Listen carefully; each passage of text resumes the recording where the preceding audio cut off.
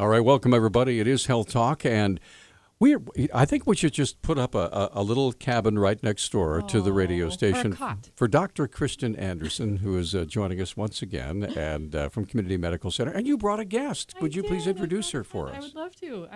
Along with me today, I have Jean Zosel, who is the Executive Director of Garden City Harvest. Welcome. Thank you. How you been? Good. Well, see, John and I are just going to step out, and you guys could just... Why don't you go get some coffee? So, Jean, tell us why you're here today. What's going on? Because Kristen asked me. Oh, okay. I'm going home now. Actually, okay. So, Kristen's on the board of directors with Garden City Harvest. Wonderful. And so we thought we would talk about our shared interests. Yeah. Fantastic. So Jean and I, we've talked on this show about how important it is to have your fruits and vegetables every day. You guys knock that out of the park. We've talked about that. I think you have 6 or 7 cups a day, I think is what you said. We lied like rugs. Cups of Cheetos, did you say? Oh, and Cheetos. That's what it was. Fritos. It was Fritos. Oh, Fritos. Yeah. I got to get with it. Don't forget popcorn. And we've talked about how important it is to have your fruits and vegetables every day. We've talked about the importance of maintaining a healthy weight and how that decreases your risk of certain types of cancers, heart disease, stroke, diabetes, you name it. It really is important to get your fruits and vegetables. So enter people that actually grow fruits and vegetables locally, and one of the organizations that does that to a T is Garden City Harvest. And this what I was thinking about on the way in is these are the dog days of August, right? This is the time of year that Garrison Keeler said people would leave vegetables on their neighbors' porches at 3:00 in the morning, and you'd wake up to barrels and barrels of vegetables on your steps. Right, zucchini. I dealt with zucchini this weekend. I spent most of Sunday dealing with zucchini.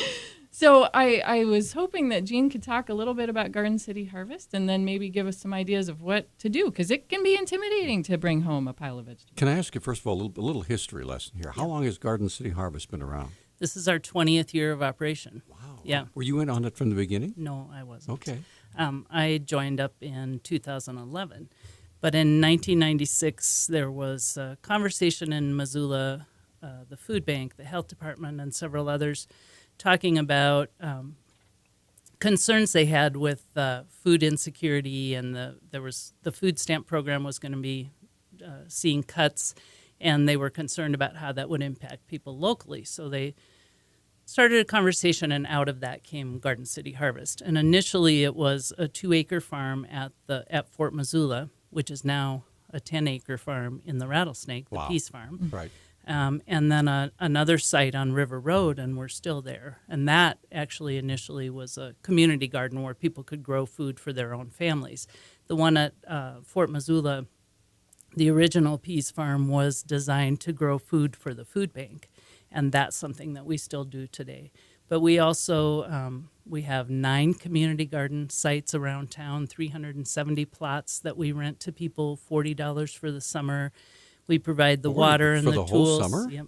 Wow. Water, tools, all of that. We try to make that really affordable to folks so they can affordably grow food to feed their own families. Do people usually use up all the spots, or is there a spot that's unused? We actually have a waiting list typically of 60 to 80 families. My goodness. Yeah. Yeah. And, some people will, at the beginning, they'll think, yeah, I want to do this. And then they'll say, oh, I'm not ready to do this. And so they'll give up their plot. And so we do place some people from the wait list. It's kind of like season tickets for the Grizzly football games. Yeah, I'm sure a lot of those turn over. Is there any scalping for garden spots? There could be. What are you asking? That's a good idea. All right. Anyway, so community gardens, we have 4 neighborhood farms where we grow food that we sell CSAs or shares of vegetables. Kristen does that at one of our farms where she picks up a share of vegetables once a week. It's an easy way to get healthy food into your house if you don't have the time to grow your own. But we also grow a lot of food for the food bank, 20,000 pounds a year for them. We grow food for the POV, for their soup kitchen. Youth homes, Mountain Home, the Carol Graham Home, the Recovery Center, the WIC office, a lot of different services, because we're trying to make healthy food accessible to everyone in the community, regardless of your ability to shop for it or purchase it. What I was going to ask you is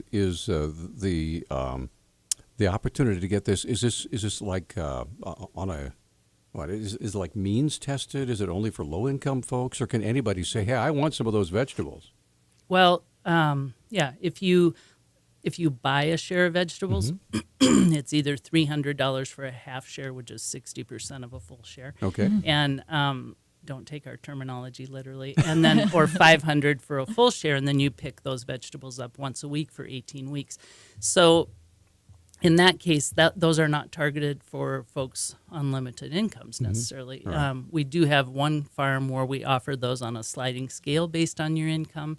And we also, the community garden plot rent is kept low. The food that we provide through different service agencies, of course, is targeted for folks with low incomes. And we also have a mobile market that we operate. That goes to different senior facilities around town, and we sell those vegetables at deeply discounted prices. So we go to the Missoula Manor and Silvercrest and Russell Square and Burlington Square apartments and other places and set up our mobile farm stand. And we have teenagers that work with us through our youth development program, which is another one I hadn't mentioned yet. Cool, let's do that. And they're selling the veggies to the seniors, and it's a great service because the seniors just walk out their door and they can purchase food that's delicious and locally grown and fresh harvested that morning. But the real magic happens when you connect these kids and the seniors, both of whom are somewhat socially isolated in this community, and just to watch the connections that they make and the friendships that blossom from that. That's the one that really touches me. So how many people do you think are fed through the gardens? Thousands. Thousands. Yeah. And do you grow everything, or you just grow radishes and other disgusting vegetables? You got good stuff in there? You got we some just tomatoes? grow radishes and Cheetos. Mustard greens. Yeah. Radishes and broccoli. No. Radish. We grow dozens of different kinds of vegetables, maybe 3 dozen different kinds of vegetables, lots of varieties of those vegetables. Any okra? No okra. Flowers. I'm out of luck up here. We're looking for things that grow in this kind of climate. We have 120 frost-free days a year typically, so it's got to be stuff that can. So for Montanans, we got to go to a break. Yeah, when do we get back? Maybe.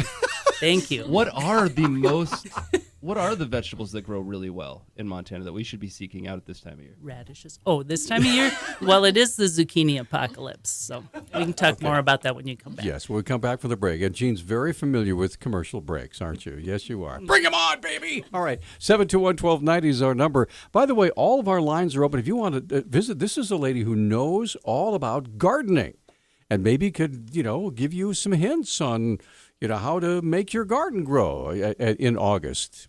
You're just starting your garden in August. Probably not a good idea. We'll be right back.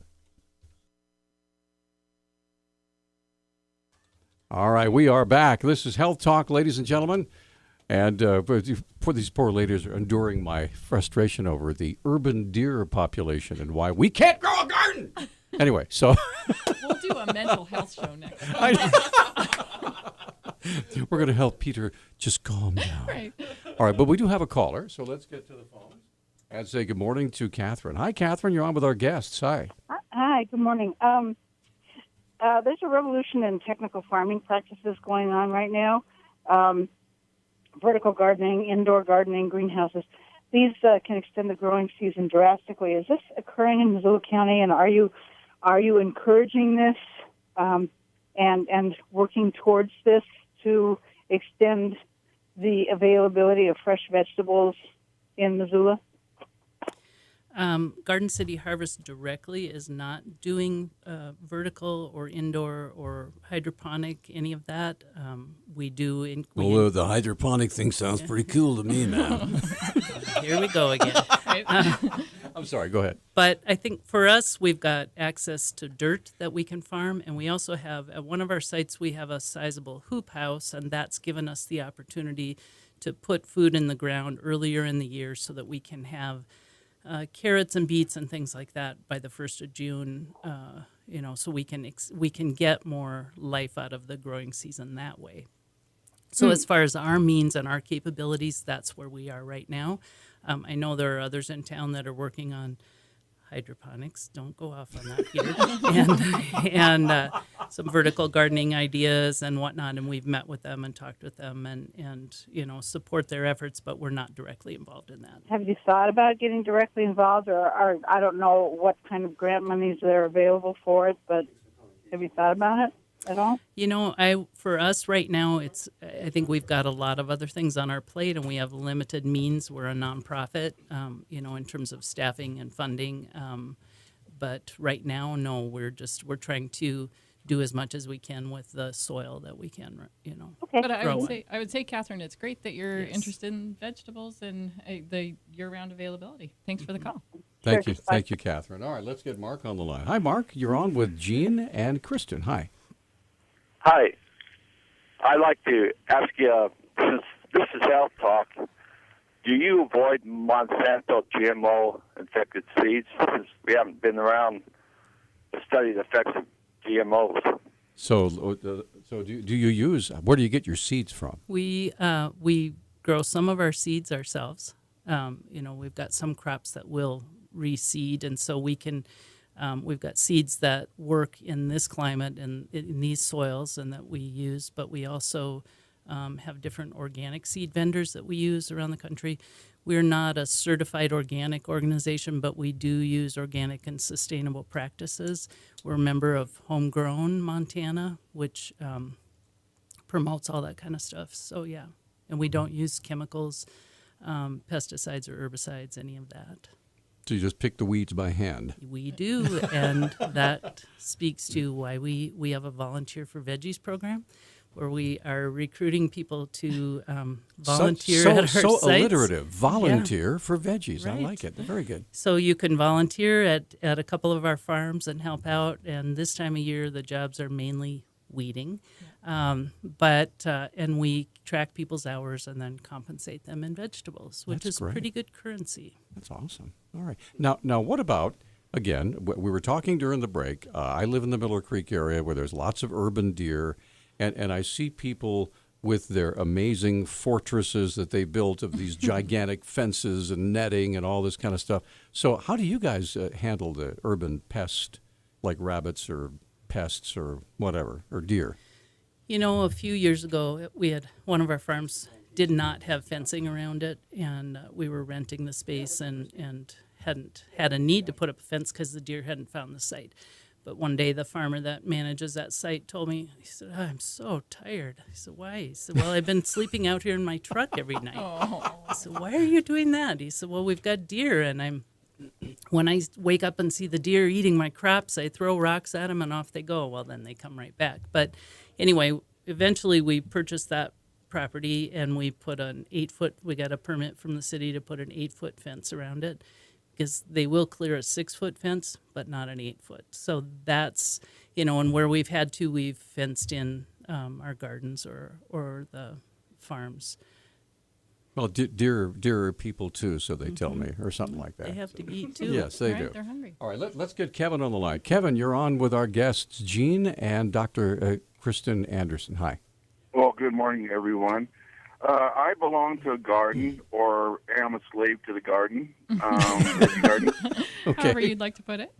And the problem I have, real two quick questions, is my spinach seems to go ahead and bolt when the weather gets warm. And then also, why is it that a lot of these seed companies do not carry seeds after June around this area? So if you need backup seeds, you need to Kevin, I'm just going to have to confess something here. When I was hired at Garden City Harvest, they hired me to handle the administrative end of things. And I really don't know beans about why they don't offer seeds after June. She's not in the dirt end of the business. But Kevin, unintended. I appreciate the question. I'm thinking that we maybe have another idea for a different show. There you go.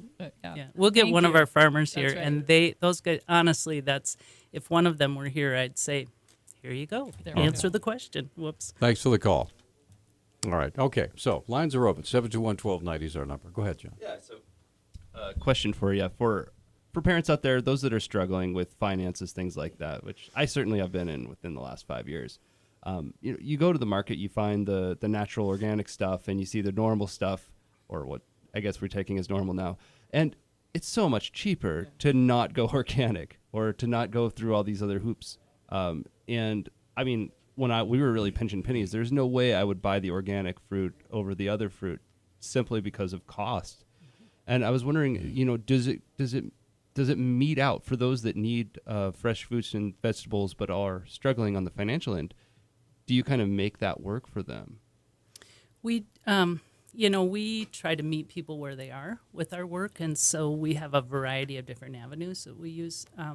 I mentioned earlier the mobile market for seniors, and the cost of those vegetables are deeply discounted.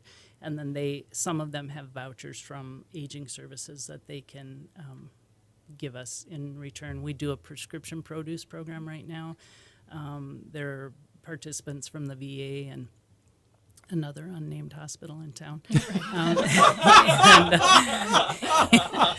And who are a part of this, Providence. And so the doctors are testing out the power of the prescription. Writing a prescription for vegetables, people can come and get them, and all they give us is that prescription, so it's not costing them money to do that. What a great idea. Yeah, so we're trying all sorts of different things, different ways to get this food to everyone, because that's part of our mission, is to make it accessible to everyone in the community regardless of income, to give you the tools literally and figuratively to learn to garden and grow your own food, whether it's starting out as a volunteer for veggie and learning alongside the farmers. Yeah, we got to take a break. We'll be right back. And this is something we could literally talk about all day. 721-1290. We have 4 lines open and only about 3.5 minutes left in the program. So give us a call at 721-1290. We'd love to get your call on.